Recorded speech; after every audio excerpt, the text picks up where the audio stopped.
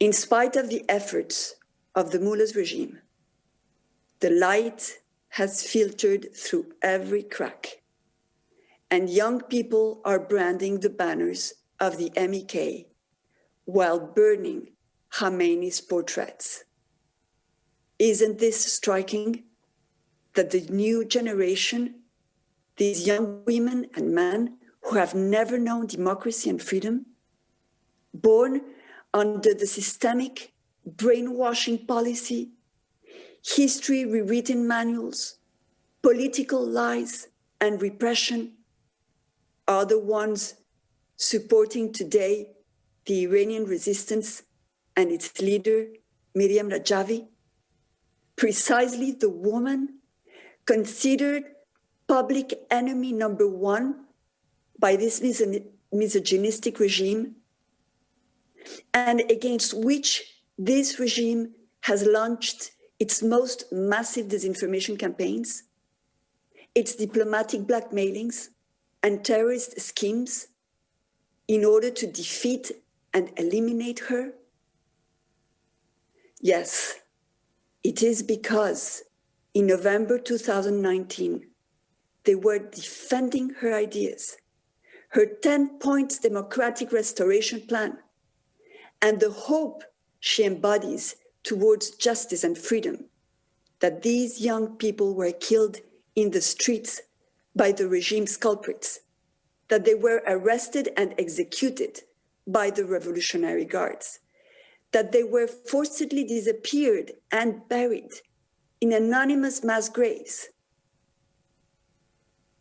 Today, we're honoring the dead, but we are also honoring the living. This immense network of MEK activists across the country, operating from the underground in the most incredible life-risking situations.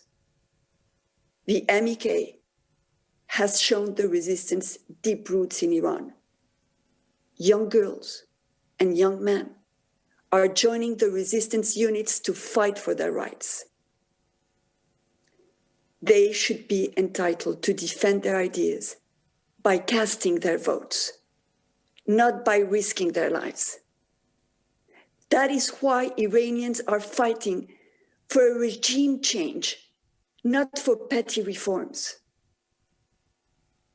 Down with the oppressor, be it the Shah or the supreme leader, they chant. Yes, Iranians want a republic, not a monarchy, not a theocracy. They want free and fair elections.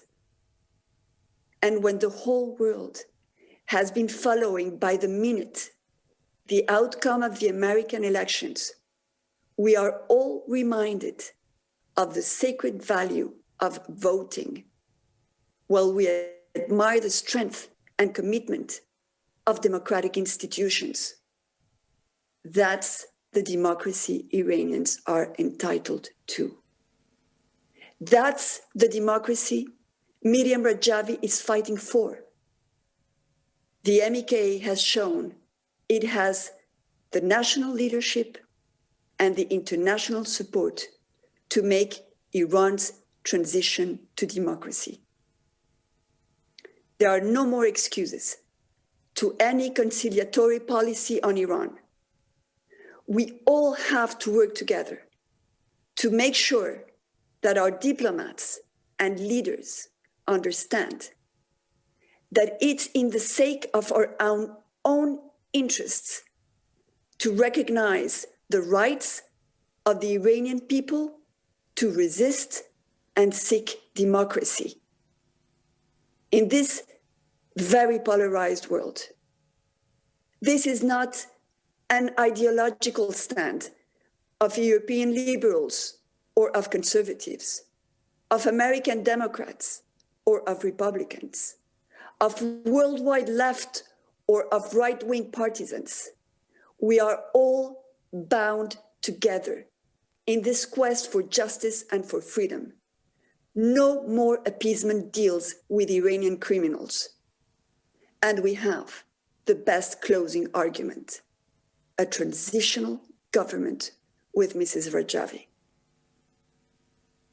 In remembrance of those who died in November 2019, we have no time to lose.